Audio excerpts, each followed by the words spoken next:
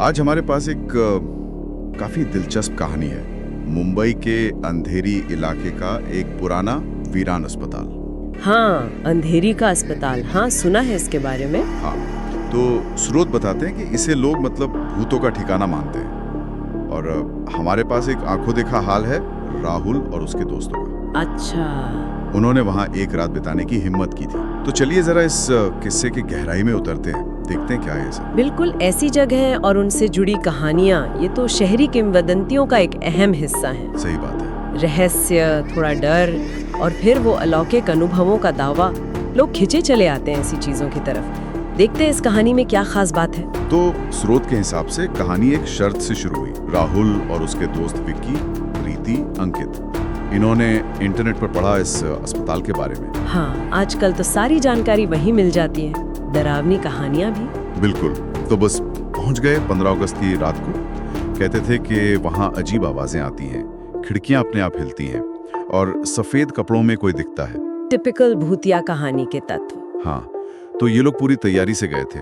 Torch, camera और एक EVP recorder भी, आवाजें रिकॉर्ड करने वाला। अच्छा, ईवीपी रिकॉर्डर भी, यानी वो सबूत इकट्ठा करने के मूड में थे। हाँ, शायद। अंदर घुसे तो माहौल एकदम भारी, जंग लगा गेट, गहरा सन्नाटा और हवा में वो अजीब सी गंध, दवाइयों की और कुछ सड़न जैसी।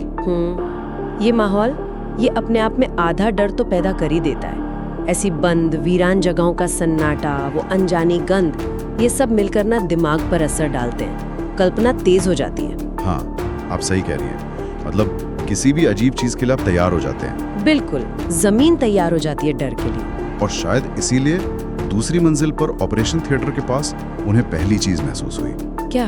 दूर से किसी औरत के रोने की धीमी आवाज। टॉर्च घुमाई पर कोई नहीं, मगर आवाज आ रही थी। अकेले में सन्नाटे में रोने की आवाज, ये तो रोंगटे खड़े कर देती है। और फिर अचानक बिल्कुल पास से पैरों की आहट सुनाई दी। टप टप टप। आवाज और आहट, पर कोई दिख नहीं रहा। क्लासिक तरीका है ये तनाव बढ़ाने का। दिमाग खाली जगह को भरने की कोशिश करता है और अक्सर सबसे डरावनी चीज से भरता है। और फिर वही हुआ जिसको उन्हें शायद डर था। अंकित जैसे ही पीछे मुड़ा, हाँ, स्रोत कहता है उसे एक औरत खड़ी दिखी। सफेद साड़ी पहने, बाल चेहरे पर बिखरे हुए थे और आंखें पूरी तरह काली बताई गई है। बाप रे, सफेद साड़ी वाली महिला, ये भारतीय भूत कथाओं का एक बहुत ही जाना पहचाना प्रतीक है। हाँ, फिल्मों में भी देखा है। बिल्कुल, अक्सर इसे दुख या किसी अपशुकन से जोड़ा जाता है। और चेहरा छिपा होना, काली आंखें, ये डर को और गहरा कर देता है, उसे अमानवीय सा बना देता है। अंकित तो चीखा, भागो यहाँ से। सब भागे। जाहिर है। लेकिन राहुल थोड़ा पीछे रह गया। उसे लगा जैसे किसी ने उसका हाथ पकड़ा है जोर से। ओहो, स्पर्श का अनुभव। हाँ, मुड़कर देखा तो वही औरत बिल्कुल सामने, और उसकी सांसें एकदम बर्फीली ठंडी बताई गई है। तापमान में गिरावट, ये भी अक्सर सुनने को मिलता है ऐसी कहानियों में। और वो औरत फुसफुसाई, पूछा तुम यहाँ क्यों आए हो? राहुल ने जोर से आंखें बंद की, चिल्लाया, और जब आंखें खोली तो वो गायब। स्पर्श, ठंडी सांसें, सीधा सवाल, ये अनुभव को बहुत ज्यादा वास्तविक बना देता है ना? सिर्फ देखा सुना नहीं, बल्कि महसूस किया हुआ। सही कह रही है। इससे कहानी का असर बहुत गहरा हो जाता है। हाँ, पर सवाल ये भी उठता है कि क्या ये सच में कोई बाहरी अनुभव था या फिर बहुत ज्यादा डर और तनाव का शारीरिक और मानसिक असर? ये कहना मुश्किल है। खैर, सुबह हुई तो पुलिस ने उन्हें बाहर निकाला। पुलिस? उन्हें कैसे पता चला? शायद किसी ने देख लिया होगा या आवाज सुनी होगी। स्रोत के मुताबिक पुलिस वालों ने उन्हें बताया कि करीब 20 साल पहले इसी अस्पताल में एक नर्स ने आत्महत्या कर ली थी। ओह, कोई दुखद कहानी है इसके पीछे। हाँ, क्योंकि उसके बच्चे की मौत भी वहीं उसी अस्पताल में हुई थी। तो तब से लोग मानते हैं कि उसी नर्स की आत्मा यहाँ भटकती है। अच्छा, तो ये कहानी उस सफेद साड़ी वाली आकृति और रोने की आवाज को एक संभावित पहचान देती है। एक माँ का दर्द, मौत, आत्महत्या। बिल्कुल।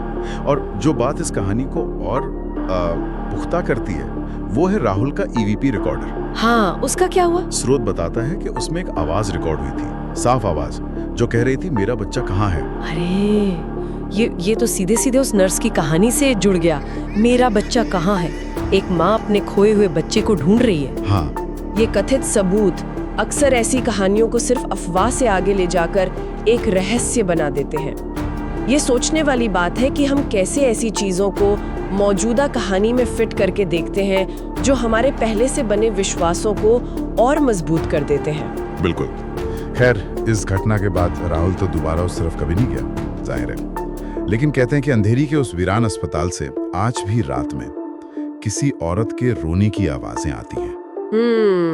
और एक चेतावनी भी जुड़ गई है कहानी से कि अगर कोई अकेला गया तो वो आत्मा उसे अपने साथ ले जा सकती है। ये दिलचस्प है, कैसे एक जगह से जुड़ा दुखद अतीत, कुछ ऐसे अनसुलझे से अनुभव और लोगों का डर, ये सब मिलकर एक स्थायी रहस्य या कह लें कि एक किंवदंती बना देते हैं। सही बात है। ये कहानी हमें ये सोचने पर भी मजबूर करती है कि हम इंसानों को अनकही अनसुलझी बातों की तरफ इतना खिंचाव क्यों होता है, खासकर दुखद कहानियों की तरफ। क्या हम उनमें कोई गहरा मतलब ढूंढ रहे होते या बस वो अनजाने का रोमांस हमें खींचता है? सोचने वाली बात है।